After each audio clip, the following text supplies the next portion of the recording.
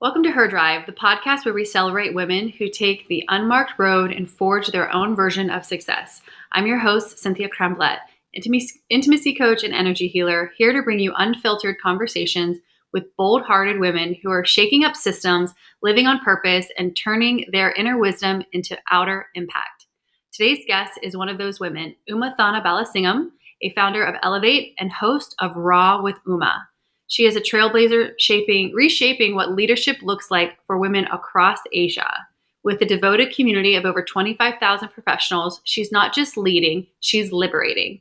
In this episode, Uma shares her insights on navigating power dynamics, breaking down societal barriers, and claiming space with clarity and courage. So if you've ever felt the pull to lead in your own unique way, or you're seeking inspirational challenges, this one's for you. So without further ado, hello, Uma, and welcome to Her Drive. Thank you. Great to be here.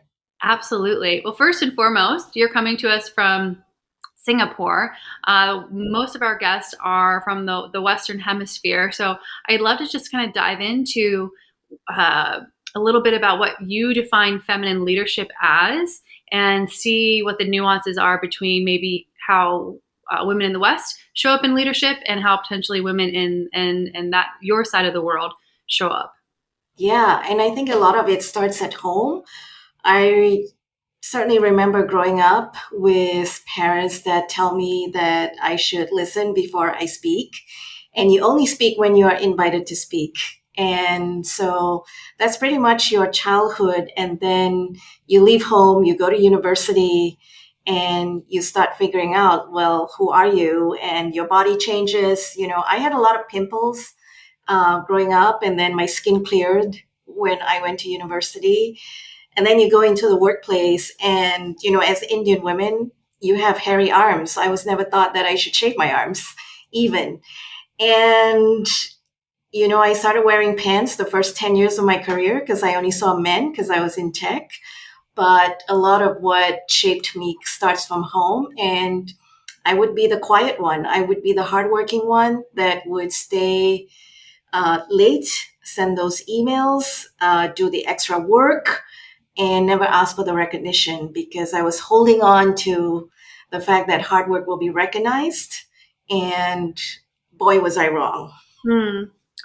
Yeah. Okay. Well, thank you for that breakdown of your personal experience, and I recognize some stitches of those same characteristics over here.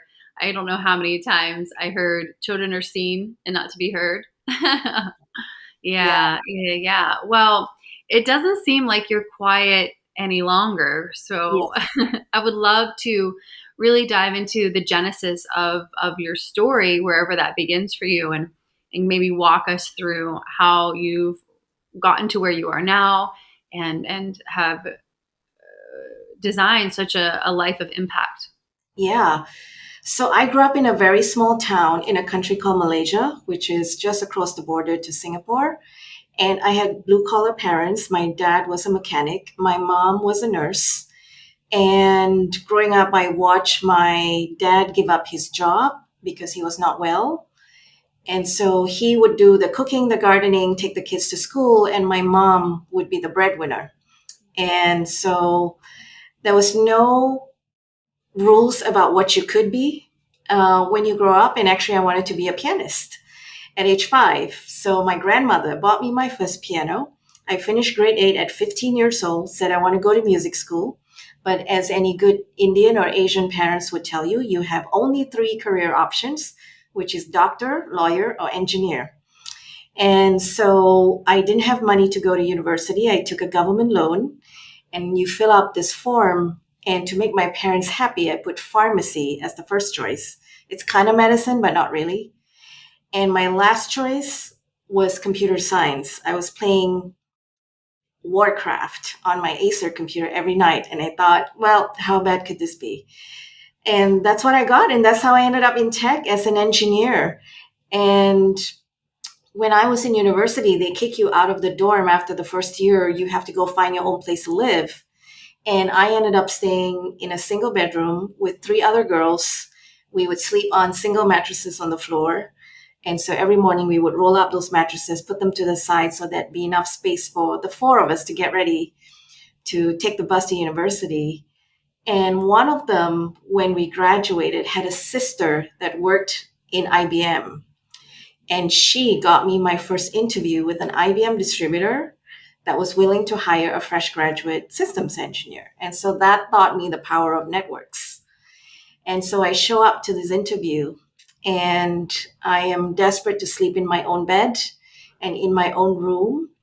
So I negotiated like a 400 ringgit, that's the local currency in Malaysia, um, which is about 100 US dollars. Like I said, like, you have to pay me extra for this job after I was offered. And I think he was so shocked that this fresh graduate was negotiating with him that he just said yes. And so for the rest of my career, I just asked. So I talked to a lot of women today about ask and you shall most likely receive. So fast forward, I ended up running multi-billion dollar tech companies and with large teams. I recently left corporate. So now I have a runway to kind of figure out what's next. And I think what I will be building is an intersection of movements and companies around leadership, reinvention, and media. Interesting. And what about that particular synthesis of the two interests you? I'm thinking about Martha Stewart and Oprah Winfrey when I say that, and how they built Omnimedia and Harper Productions, Hmm. and how it was all an ecosystem. I actually just ordered like 10 of their books to study them. And I'd like to build my version of that, especially to uplift 5 million working women in Asia and, Asian women globally. And it's just one of the things that I'm passionate about, in addition to everything else about midlife and going through it in your 40s. And, Hmm. your body's changing. You need to start thinking about relationships differently, etc. So I'm kind of a multi hyphenate. Yes, I definitely see that and respect it. It's so hard as we grow, hard in the best way, as we grow older and more experienced and more curious, which I Yeah, hope for every single woman to give herself permission to do. But we just gather these hyphenates, right? And to me, I just say, I first began with my mother. I would say she's a Swiss Army knife. She is a tool for everything. And now I'm starting to see, oh, I'm becoming a Swiss Army knife too. Well, not becoming, I am one as well. So that's what I think of when I hear multi hyphenate. It's just so multifaceted and has a tool for everything. yeah, Um, and one of the things that you do is you have a podcast that is called Raw with Uma, yes, and I am. It seems like with her drive, we have unfiltered conversations, yes. and you're doing that as well, which I applaud so much.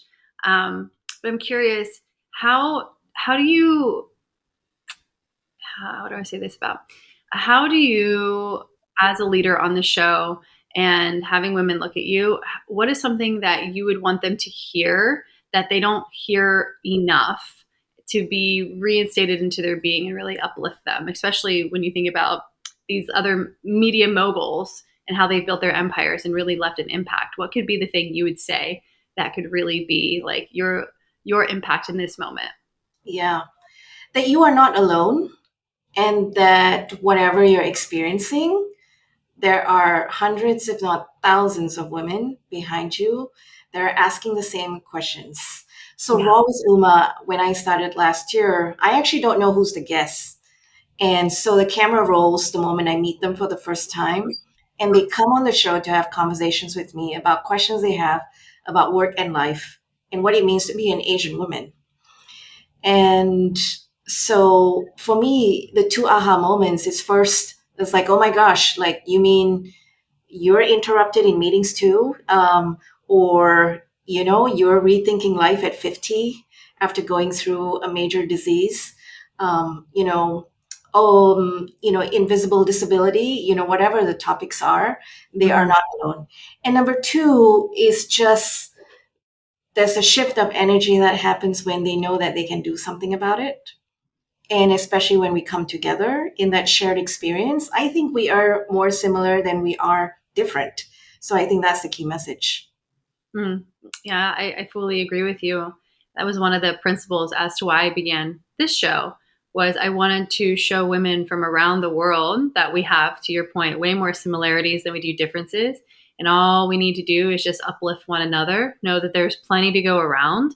And as one of us becomes empowered and reaches back to help uplift somebody else, it raises all the vibration of women across the world. And that's what community really is. So I Yeah. applaud what you're doing so much. I fully am in alignment with it. And I'm curious what you think is like a myth or a belief system that perhaps many Asian women are carrying, or women in general, that are holding them back from really stepping into their empowerment or their self belief. I think with a lot of the women that I see, I feel a community of over 7,000 in the last 9 years. And if there's this undeserving default, I don't deserve to be here. Therefore, every opportunity that I'm given, and sometimes that's more work for the same pay, I feel grateful for it because my starting point is I don't deserve to be here. Mm, So that's the first thing that I notice is there's this undeserving default, and I am certainly a person who started very much with that. Like when you walk into rooms when you are the only person who looks like you start questioning a lot of things. You don't speak up, you don't say what you want to say, you don't want to be difficult. I used to laugh at sexist jokes because I didn't want to be difficult, in male dominated industries. So I think that's the first thing. The second thing is that a lot of it starts at home. And my partner Jinjin talks about this a lot in terms of if you can't open your mouth and ask your life partner, what is it that you want from them? Whether it's to stop, get an operation because you're snoring or sleep separately in rooms, or, what do you want sexually with intimacy? Just asking at home. If you can't ask the person you love the most in your own home, then how can you go and even ask strangers for what you want in the workplace? Right. So I think it really starts at home. yeah. Yeah, that's such a powerful message. Absolutely. And I know many of us can relate to that, that fear of rejection or shamed or whatever it might be, just fear in general. Yeah. And my profession is helping people lean into intimacy. And I just love that you recognize it, that the two are really stitched together. Yes. And yeah, and I'm curious, how do you personally balance ambition with authenticity, especially in spaces where vulnerability can be misinterpreted as weakness? Yeah. Well, I didn't. I just really felt like vulnerability was not an option at all because leaders are, you know, they need to be strong. They need to have answers. They need to be on all the time, right? And a lot of days I would open the door to the office and I would feel like I'm walking on a stage. That smile, the way you walk, what you say, what you don't say. It's all part of taking on a big title and a role. And I think it's only much later. And the first step to that was actually in my 30s when I started liking, not even loving it, what I saw in the mirror and to accept myself for who I am. Hmm. And that's been a very long journey. A lot of it came together in therapy last year. And it was only then that I started being comfortable about understanding that actually, when people give you feedback or have something to say about you, the question I ask now is that is it coming from a place of fear or a place of love? And Mm, the ones that I'm choosing to listen to comes from a place of love. wow. Yeah, that's such a powerful way to filter through the comments that may be coming, especially as a public figure. Yeah. There's a lot of different information, and people can only receive and interpret based on their lens of perspective and where they are at their degree of consciousness, right? And when we can hold that in mind, those potentially negative comments are they don't mean anything. Yeah. Yeah, yeah, absolutely. And I always say to people when I'm about to deliver something that might be taken as challenging, Yeah. is I typically say, I'm saying this from an open heart, and my goal here is to deepen into our connection and learn more about each other, and then I deliver whatever it might be with tact. Yeah. It's such a great way to share with the people that you love ways in which you hope that they can maybe take information and elevate or shift or just be awakened to patterns. And that to me is like true friendships. And in my working life, I have friends, absolutely, not just friends in, my private life. So do you find in the workplace that it's healthy to have strong friendship type of connections, or do you keep that separated and siloed? In male dominated industries, women are unlikely to become friends. And Mm, I have tried to go out of my way because there's so few of us. You yeah. almost feel like there's this scarcity, right? Mm, And this unspoken feeling of competition, of whether I can trust you, because there's so few of us, right? And I've always tried to build relationships with women. I've had amazing female colleagues that are still today very good friends. And I think it really starts with yourself mm. and how you see yourself and how you value yourself. And do you understand what you stand for? And I think if you can project that and be able to have open, transparent conversations, um, I think it's okay. But I would also caveat that if I'm being honest, I don't know if I trusted everybody I worked with. Yeah, sure. Yeah, it's Hmm. it's a hard one. You're Hmm. always watching your back, you're always Yeah. watching your front, but yeah, it's really difficult, especially when there's so few women. And Yeah. I think like I don't know if it's gotten any better. I mean, I want to try and build elevators to send down the women so they can go faster, instead of throwing them sticks, and making them lose their footing, which I think some women still do. And that's because they had to go up the mountain a really hard way and they want to make others work equally, if not harder, to get there.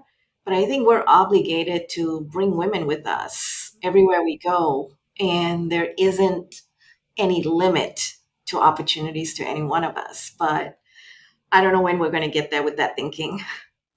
Yeah, goodness. And I love that you touch on that, that not everyone that you have around you, you can trust.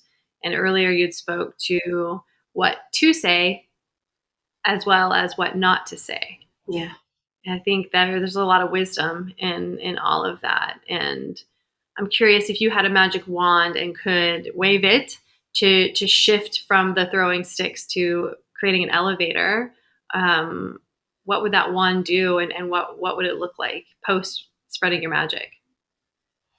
I think that one would look like this magic dust that would go on everybody, that would turn every woman to seek out other women, to see them, to hear them, and to come together in the spirit of sisterhood, to Mm. go like, hey, are you okay? Do you need help? Like, I'm here.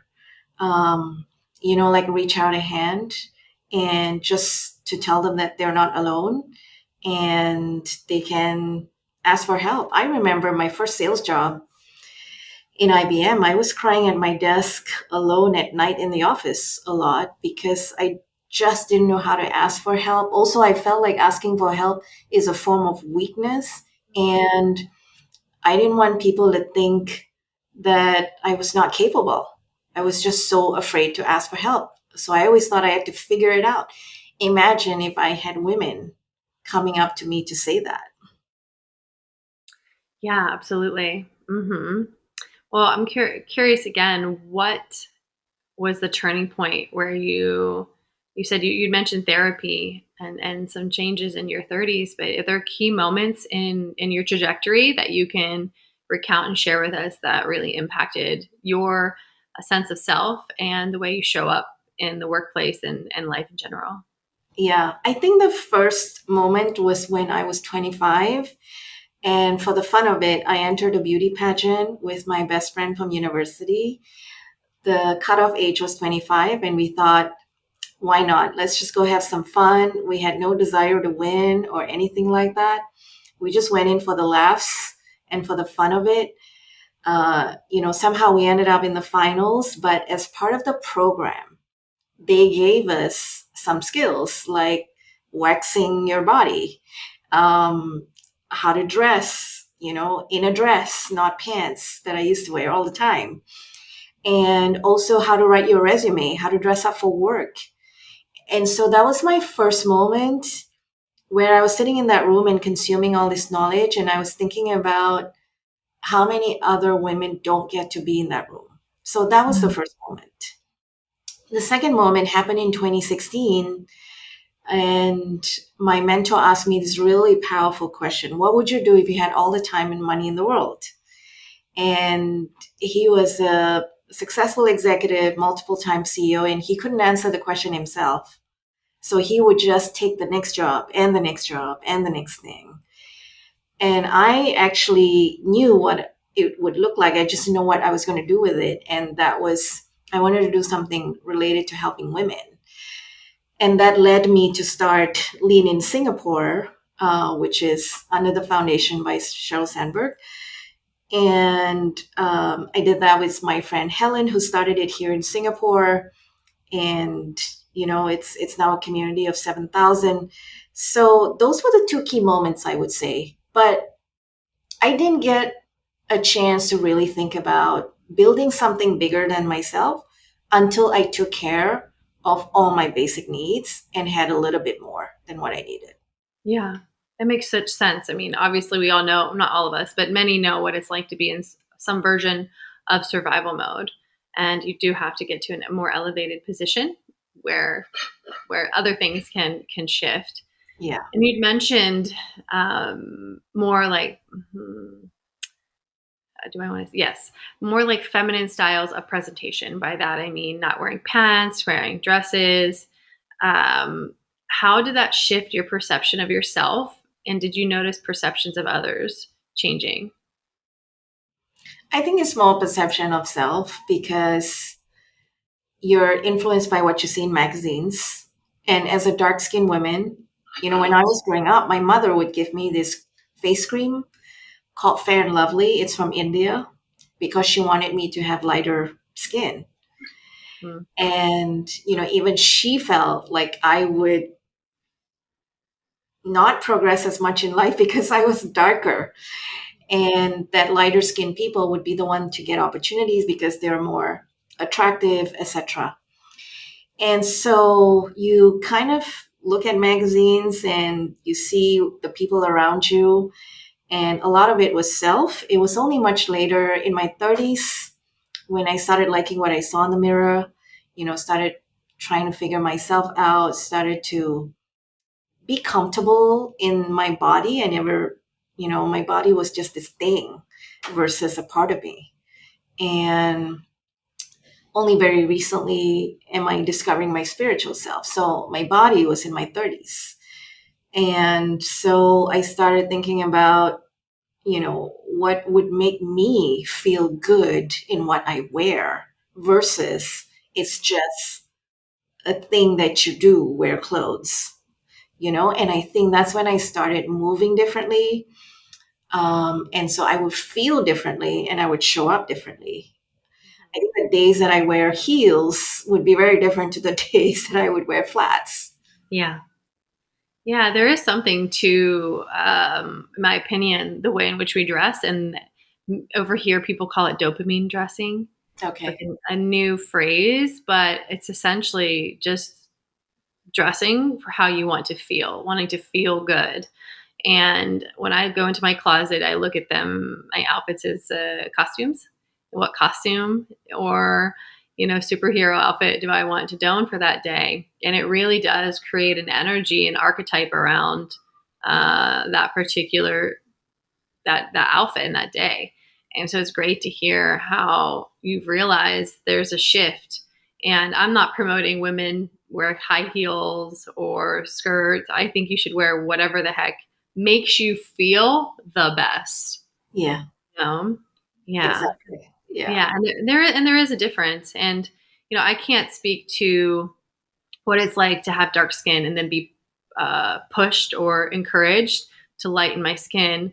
And hearing that, it makes me really sad and uncomfortable. It's not the first time I've heard it. Like, it's we as a population are very aware of this. Yeah. And what I get excited about is when I see like women of color all over being represented, and having their own magazines and just things like that. It to me speaks to what we're all striving for, which is to be recognized for the individual beauty of every single being and not like a specific type of woman. And that's what's attractive.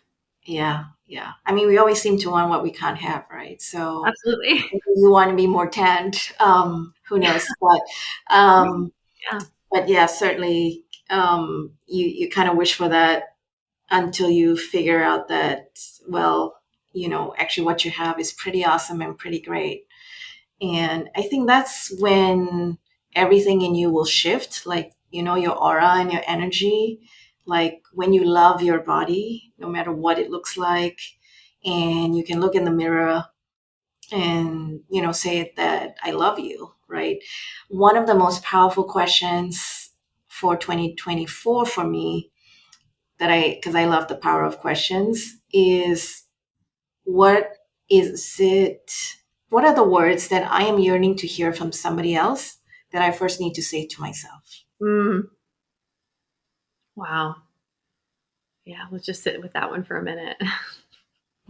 Yeah, it's a big one. Yeah.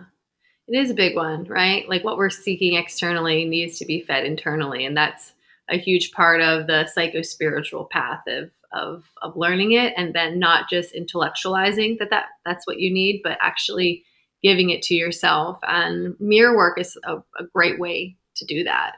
You're sitting in front of the mirror, telling yourself it's not narcissistic. It's actually Yeah, very helpful. yeah, And, I think about the or life in general, but specifically for those people who have body image issues, challenges, is to think about how this is my belief system. We actually chose our bodies. Like we mhm, chose who our parents are, we chose the story, we incarnated into these vessels for a specific reason. So if you can identify that that's what you did, then it becomes more of like, wow, my soul knew something that I didn't. yeah, Okay, I'm uniquely me. And then you can go into doing your mirror work or self affirmations, or to your point, Uma, like providing whatever it is that you're seeking externally to your vessel. I think that's so beautiful. yeah, yeah. Hmm. Yeah. So you made some really big changes and leaps in your life. And I'm curious what drove you to leave the corporate space and start out on this whole new adventurous path.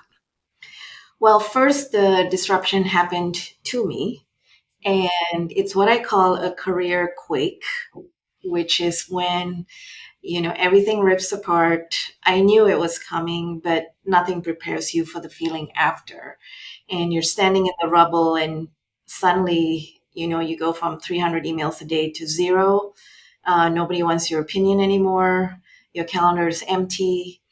It's a big shift. And so I went straight into doing instead of being. I think that's the number one lesson that I learned from it. I tried to like move on to other things and started building stuff. So I really didn't take the time to grieve.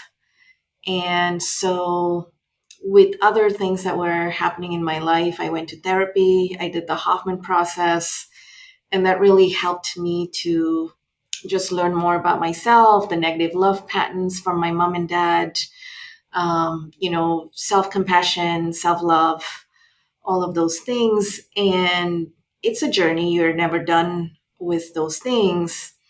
But I did that because I feel like there's this 2.0, even a 3.0 version of me, and I cannot move forward without first looking backwards, so that I can clear any blockages of energy in my body, etc. And I just want to go full force forward.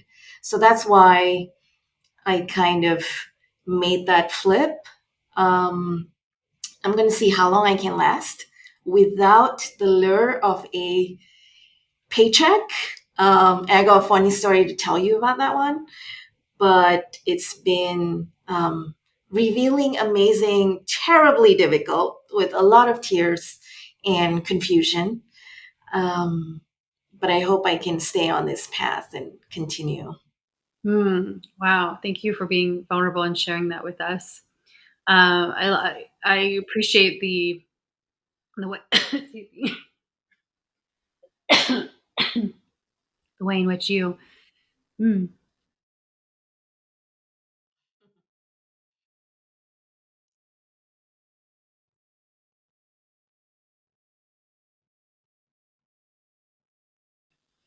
the way in which you, I'm gonna edit all of this. So I appreciate the way in which you define what happened to you. Yeah. Um, from my spiritual perspective, when things like that happen, it's like a cause for us to stop. Yeah. Wherever we're going is a pattern that's not best serving us. And it's interesting to me that you said you dove right into doing, right. You seem like a very action oriented, accomplishment driven human being. So when was the moment when you realized, oh, I might need to do some healing here? Have you slowed down at all? Or are you still, it seems like you're still charging, but maybe at a different type of pace? Yeah, I feel like I'm still charging, but it feels like it's more intentional charging, which comes with a lot of space. Like one of the biggest things I had to learn was inviting space back into my life. And the end of last year, I was in Houston for a month, and I would go out for these walks because it's such amazing weather. And I would have my AirPods with me because I'd be like, I'm going to consume all the podcasts I missed and try and catch up with my average number of steps to exceed the previous year. And then I paused and I was asking myself, actually, what is the harder thing to do? And the harder thing to do is to go for those walks without the AirPods. And I have a zoo in my head. I don't know about you, but there it's like it takes hours for the zoo to clear up before new thoughts and clarity can come in. So I think the biggest change I've made while I'm still doing is less doing, but trying to give more to the being by inviting silence and space and solitude into my life just by doing nothing.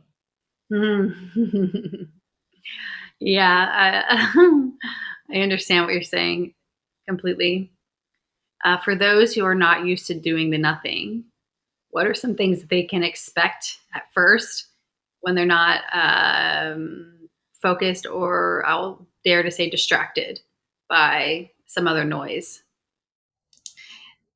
Yeah, so I think I try to overachieve in being because I'm just an overachiever and there's just no such thing. So I think that's the first thing is like not giving yourself this goal because that is not the point of it. It's not to say like, okay, I'm going to sit here for 2 minutes and do nothing and, check the box. I think if you do that, then that's not the point because it's exactly what I did.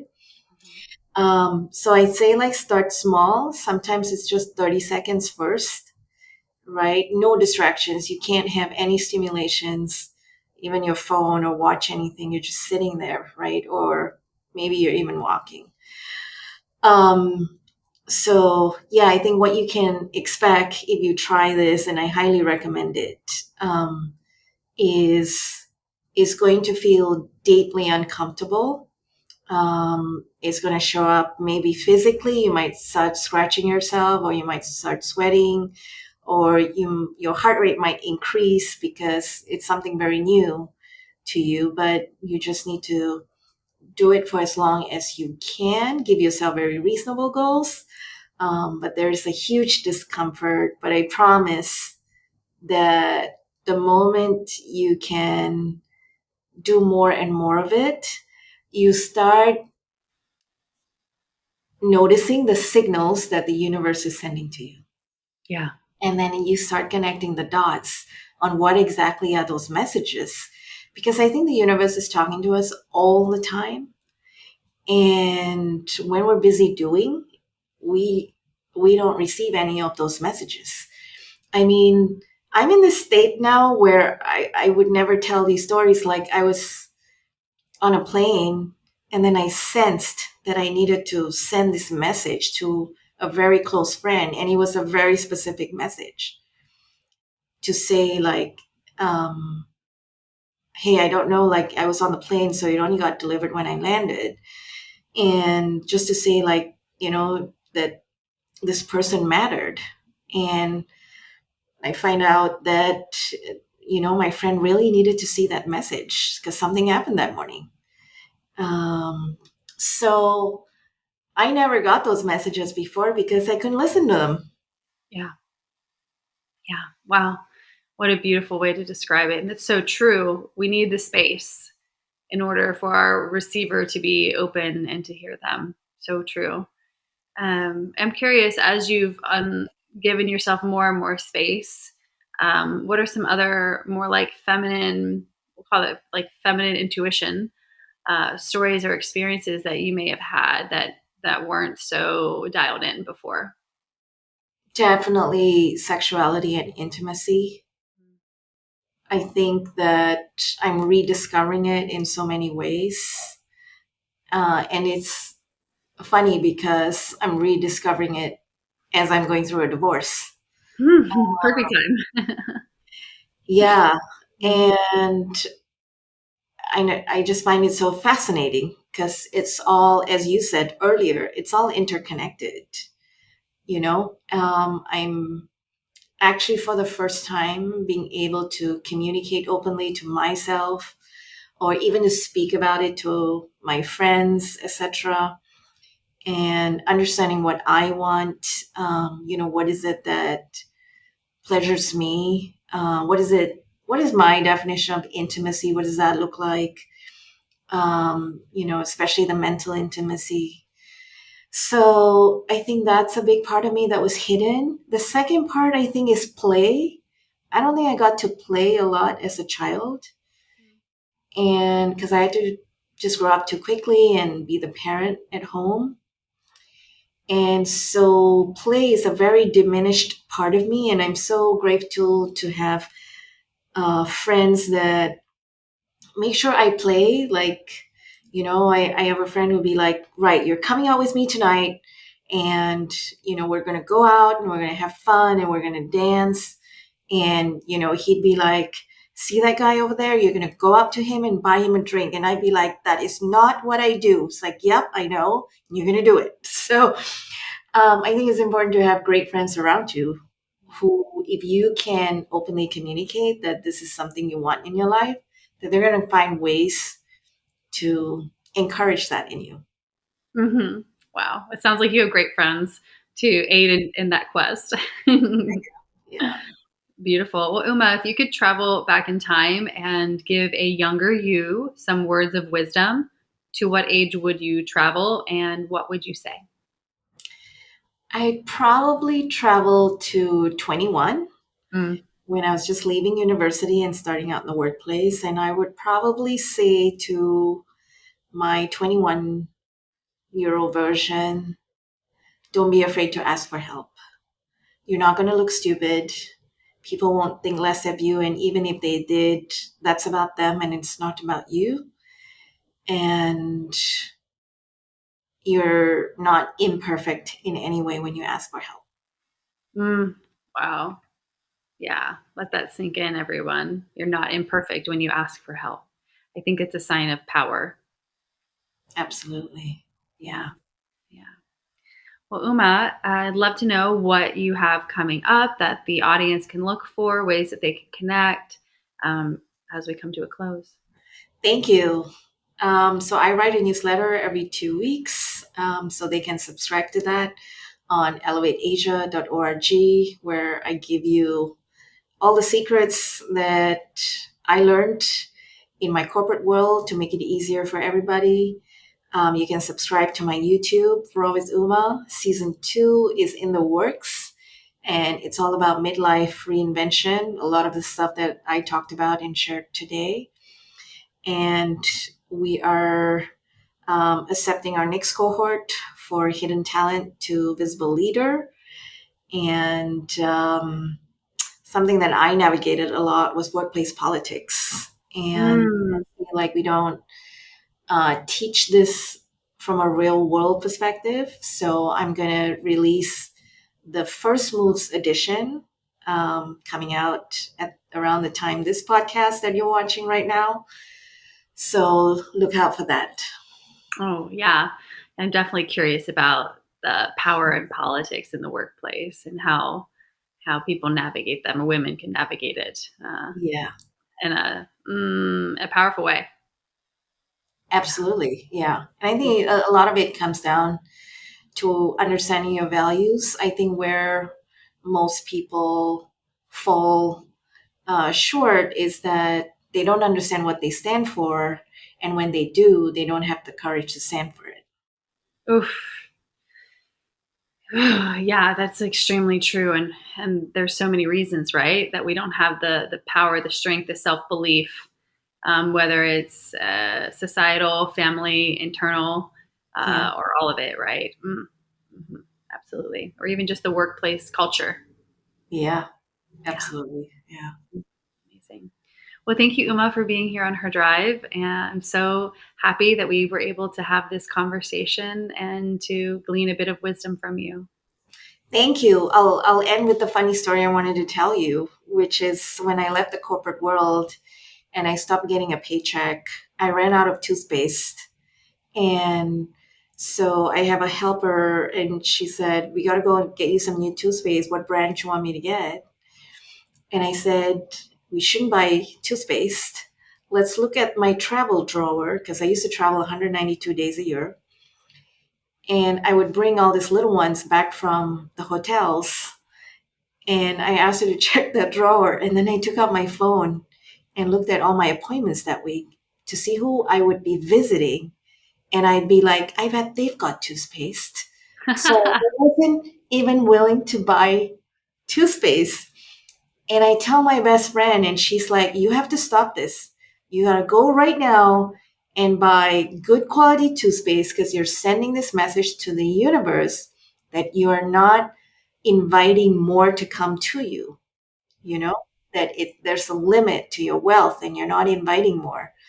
Um, so I go into this store and I see like Oral B three pack, three in a pack. I was like, perfect. It was like it's one of the higher end toothpaste. And I go to the counter and there's this old lady and there's a promotion for like $3 for three toothpaste.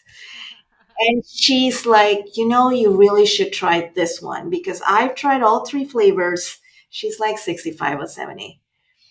And I'm standing at the counter and I'm like, "I don't know what you want me to think, universe. Like, I just chose the nice one. Now you're sending me this lady to buy the cheap one." But the lesson in that was like, you know, just go buy anything you want to buy. Because as my friend would say, money is currency. So current, everything that you put out will always come back to you. Mm. Great message, great story. And yes, absolutely. I firmly believe money is like water.